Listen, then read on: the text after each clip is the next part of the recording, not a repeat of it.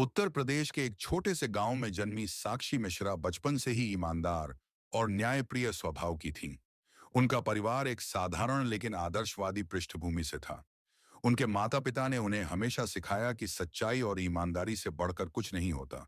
लेकिन उनकी जिंदगी में एक ऐसा मोड़ आया जिसने उन्हें जीवन भर के लिए एक मिशन दे दिया: भ्रष्टाचार के खिलाफ लड़ाई। भ्रष्ट नेता और पहली जागरूकता। साक्षी का गांव विकास की दौड़ में काफी पीछे था। सड़कों की हालत खराब थी, स्कूलों में शिक्षक नहीं आते थे और अस्पतालों में दवा नहीं मिलती थी। सरकार की कई योजनाएं आईं, लेकिन उनका कोई लाभ ग्रामीणों को नहीं मिला। एक दिन गांव में विधायक साहब आए। उन्होंने एक बड़ी सभा बुलाई और वादा किया कि अगर वे फिर से चुनाव जीत गए तो गांव में पक्की सड़कें बनेंगी, स्कूलों को सुधारा जाएगा और सभी को सरकारी योजनाओं का लाभ मिलेगा। लोग उनकी बातों पर विश्वास कर रहे थे, लेकिन 10 साल की साक्षी को यह सब अजीब लगा। सभा खत्म होने के बाद साक्षी ने देखा कि गांव के कुछ प्रभावशाली लोगों के घरों में हलचल मची हुई है। वह छिपकर देखने लगी। वहां विधायक साहब बैठे थे और कुछ मोटे मोटे लिफाफे बांट रहे थे। गांव के कुछ लोग, जो जनता के प्रतिनिधि कहे जाते थे, उन्हें पैसे मिल रहे थे। साक्षी पहली बार घूस नाम की चीज से रूबरू हुई। जब उन्होंने अपने पिता से इसके बारे में पूछा तो उन्होंने एक गहरी सांस लेकर कहा, बेटा, यह भ्रष्टाचार है। नेता और अफसर अपनी जेबें भरते हैं और जनता को बेवकूफ बनाते हैं। साक्षी को यह बात अंदर तक झकझोर गई। आंखों के सामने न्याय का मजाक। कुछ ही महीनों बाद गांव के एक गरीब किसान रामलाल की जमीन जबरदस्ती हड़प ली गई। गांव के एक दबंग व्यक्ति ने दावा किया कि यह उसकी जमीन है। रामलाल के पास सारे कागजात थे, लेकिन कोई उसकी सुनवाई नहीं कर रहा था। रामलाल तहसीलदार के पास गया, लेकिन वहां बैठे कर्मचारी ने कहा, अगर जल्दी फैसला चाहिए तो कुछ दक्षिणा, रिश्वत देनी होगी। बेचारा रामलाल कहां से रिश्वत देता। उसने मना कर दिया। तहसीलदार ने उसकी अर्जी रद्द कर दी और रामलाल को बिना न्याय के वापस भेज दिया। साक्षी ने यह सब अपनी आंखों से देखा। उसकी छोटी सी समझ में भी यह आ गया कि अगर अफसर ईमानदार हो तो गरीब की भी सुनी जाती है। उसी दिन उसने फैसला किया कि वह अफसर बनेगी और अन्याय के खिलाफ लड़ेगी। आईएएस या एसडीएम लक्ष्य स्पष्ट हुआ। जैसे जैसे साक्षी बड़ी हुई, उसने प्रशासनिक सेवाओं के बारे में पढ़ना शुरू किया। उसने जाना कि आईएएस, भारतीय प्रशासनिक सेवा, और एसडीएम, उप जिलाधिकारी, जैसे पदों पर बैठे अधिकारी सीधे जनता की भलाई के लिए काम कर सकते हैं। उसने अपने पिता से पूछा, पापा, क्या मैं एसडीएम बन सकती हूँ? पिता की आंखों में गर्व था।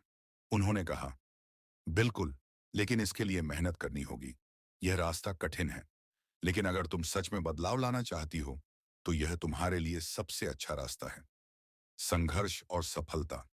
साक्षी ने ठान लिया था कि उसे भ्रष्टाचार खत्म करना है और न्याय दिलाना है। उसने दिन रात मेहनत की। आर्थिक समस्याएं आईं, समाज के ताने भी सुने। लड़कियां अफसर नहीं बनती, घर संभालना सीखो। लेकिन वह डटी रही। आखिरकार उसने यूपीएससी परीक्षा पास की और एसडीएम बन गई। लेकिन एसडीएम बनने का बाद साक्षी मिश्रा को उत्तर प्रदेश के छोटे से जिले नवादा में काम करने का मौका मिला, जहां उन्हें सब एक ईमानदार और निडर के रूप में उत्तर प्रदेश के नवादा जिले की एसडीएम साक्षी मिश्रा अपनी ईमानदारी और सख्त फैसलों के लिए मशहूर थीं।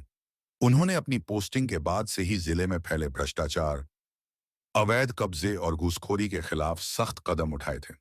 भूमाफिया के खिलाफ अभियान। उन्होंने अवैध रूप से कब्जा की गई सरकारी जमीनों को खाली करवाया। रिश्वतखोरी पर रोक।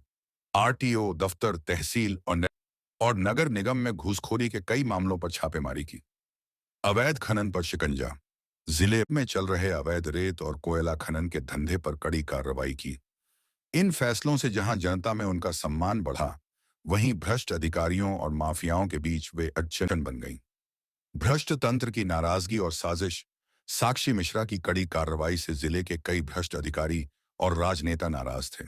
इनमें शामिल थे जिला परिषद के अधिकारी, जो विकास कार्यों में हेराफेरी कर रहे थे। स्थानीय नेता, जिनके करीबी लोग सरकारी ठेके पाना चाहते थे। खनन माफिया, जिनका करोड़ों का काला धंधा बंद हो रहा था। इन सभी ने मिलकर साक्षी को जिले से हटाने की साजिश रची। उन्होंने ऊंचे राजनीतिक स्तर पर सिफारिशें लगाईं और झूठी शिकायतें करवाईं कि साक्षी जनता के खिलाफ तानाशाही रवैया अपनाती हैं और अपने फायदे के लिए काम कर रही हैं। अचानक तबादले का आदेश। एक दिन अचानक राज्य सरकार की ओर से एक ट्रांसफर ऑर्डर आया। आदेश में लिखा था कि एसडीएम साक्षी मिश्रा को नवादा से हटाकर पास के जिले सुरजनगंज में ट्रांसफर किया जाता है। यह खबर पूरे जिले में आग की तरह फैल गई। जनता हैरान थी, क्योंकि साक्षी एक ईमानदार अधिकारी थी। प्रशासन के कुछ ईमानदार कर्मचारी भी इस फैसले से दुखी थे। वहीं घूसखोर अधिकारी और माफिया खुशियां मना रहे थे।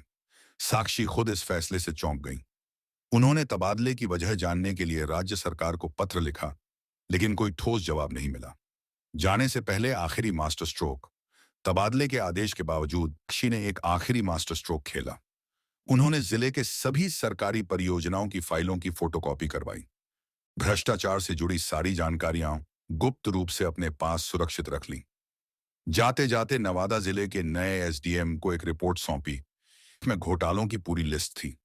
फिर उन्होंने चुपचाप अपना पदभार सौंप दिया और सुजनगंज के लिए रवाना हो गई।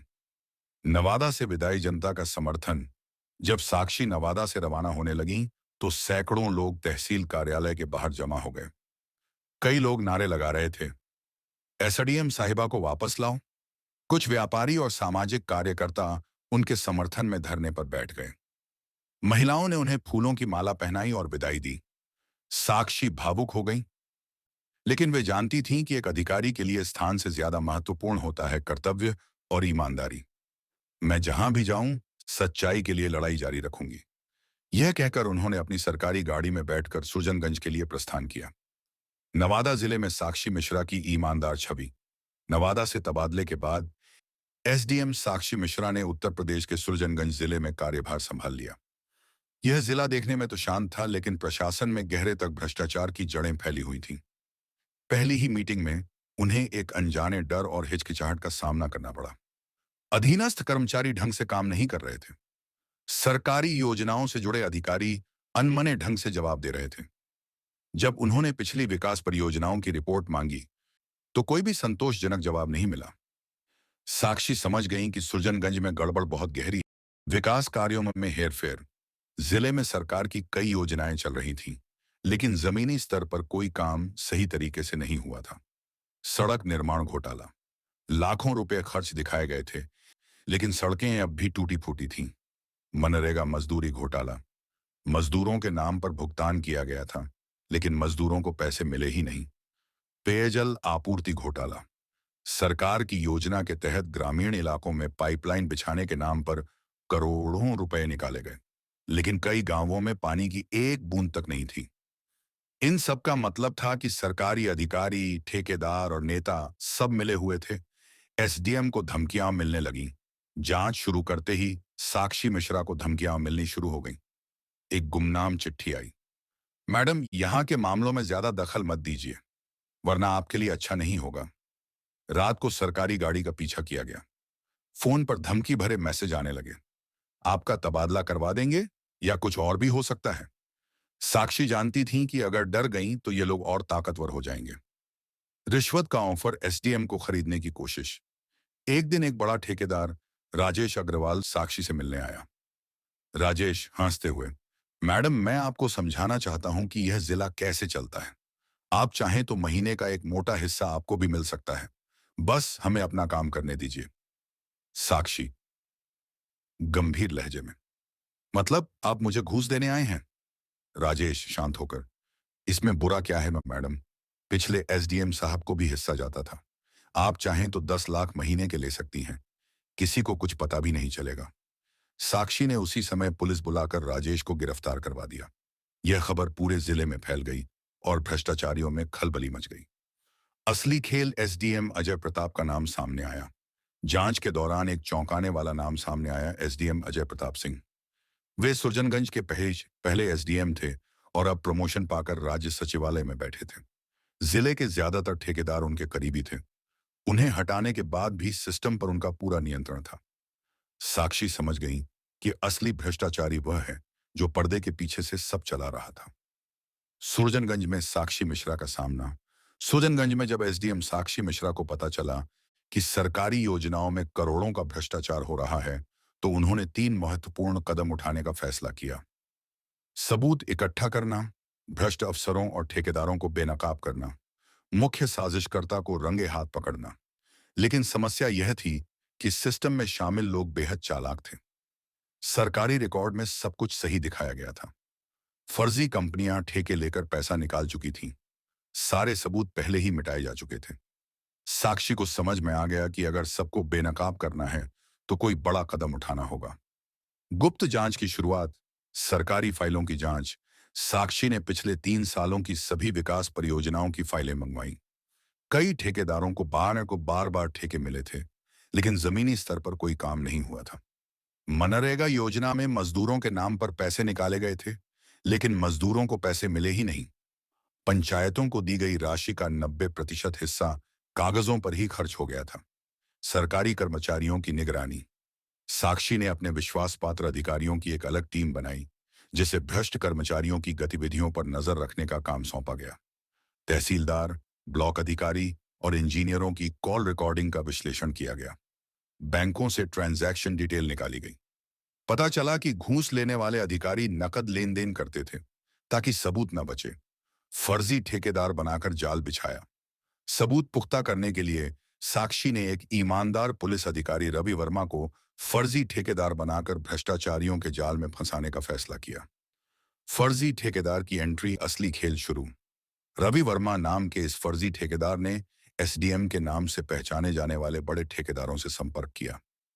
उसने कहा कि उसे 5 करोड़ का सरकारी ठेका चाहिए। इसके बदले वह 20 लाख रुपए घूस देने को तैयार था। अधिकारियों और ठेकेदारों ने तुरंत इसे स्वीकार कर लिया, लेकिन साक्षी के पास ठोस सबूत चाहिए थे। इसलिए यह लेन देन गुप्त कैमरे में रिकॉर्ड किया देने की जगह तय हुई। अजय प्रताप ने रात को अपने फार्म हाउस पर पैसे लेने का फैसला किया। साक्षी ने तुरंत एक स्पेशल पुलिस टीम तैयार की। उन्होंने पूरी डील गुप्त कैमरों में रिकॉर्ड की। तय हुआ कि जैसे ही अजय प्रताप पैसे हाथ में लेगा, तभी छापा मारा जाएगा। भ्रष्टाचारियों पर छापा, रंगे हाथों गिरफ्तारी। फार्म हाउस पर छापा। रात को अजय प्रताप अपने फार्म हाउस पर पहुंचा। उसने जैसे ही पैसे लिए, साक्षी मिश्रा और पुलिस टीम ने छापा मार दिया। 50 लाख रुपए कैश बरामद हुआ। फर्जी कंपनियों से जुड़े दस्तावेज मिले। अन्य अधिकारियों के नामों की लिस्ट भी मिली। गिरफ्तारी और निलंबन। अजय प्रताप को तुरंत गिरफ्तार कर लिया गया। कई ठेकेदार और सरकारी अधिकारी भी पकड़े गए। राज्य सरकार ने एसडीएम अजय प्रताप को तुरंत निलंबित कर दिया। भ्रष्टाचार पर साक्षी मिश्रा की जीत। इस छापे के बाद पूरा सुरजनगंज प्रशासन हिल गया। सभी भ्रष्ट अधिकारियों की जांच शुरू हुई। जिले में विकास कार्यों की नए सिरे से समीक्षा हुई। जनता ने साक्षी मिश्रा की ईमानदारी को सलाम किया।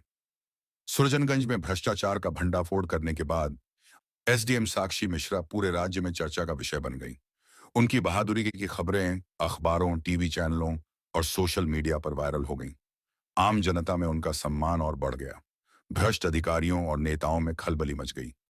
उत्तर प्रदेश सरकार ने राज्य सचिवालय से एक विशेष बैठक बुलाई, जिसमें मुख्यमंत्री और वरिष्ठ अधिकारी शामिल हुए।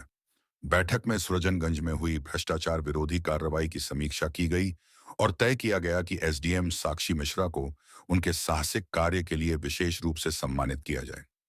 एसडीएम साक्षी मिश्रा ने साबित किया कि ईमानदारी और निडरता से भ्रष्टाचार का अंत किया जा सकता है। सुरजनगंज में फैले घोटालों का पर्दाफाश कर उन्होंने दिखाया कि अगर अधिकारी दृढ़ निश्चय के साथ काम करें तो सिस्टम बदला जा सकता है। मुख्य सीख। भ्रष्टाचार के खिलाफ लड़ाई कठिन होती है, लेकिन सच की जीत तय होती है। सिस्टम में सुधार के लिए जनता और प्रशासन दोनों का सहयोग जरूरी है। ईमानदार अधिकारी को अंत में सम्मान और सफलता जरूर मिलती है। साक्षी मिश्रा की निडरता और कर्तव्य निष्ठा के कारण उन्हें अपर जिला अधिकारी के पद पर प्रमोट किया गया, जो ईमानदारी की ताकत को दर्शाता है। उनकी कहानी हर अधिकारी और नागरिक के लिए प्रेरणा है। मुझे उम्मीद है आपको कहानी पसंद आएगा। वीडियो को लाइक करें, चैनल को सब्सक्राइब करें। कल फिर मिलेंगे, कल एक नई कहानी के साथ। तब तक के लिए धन्यवाद।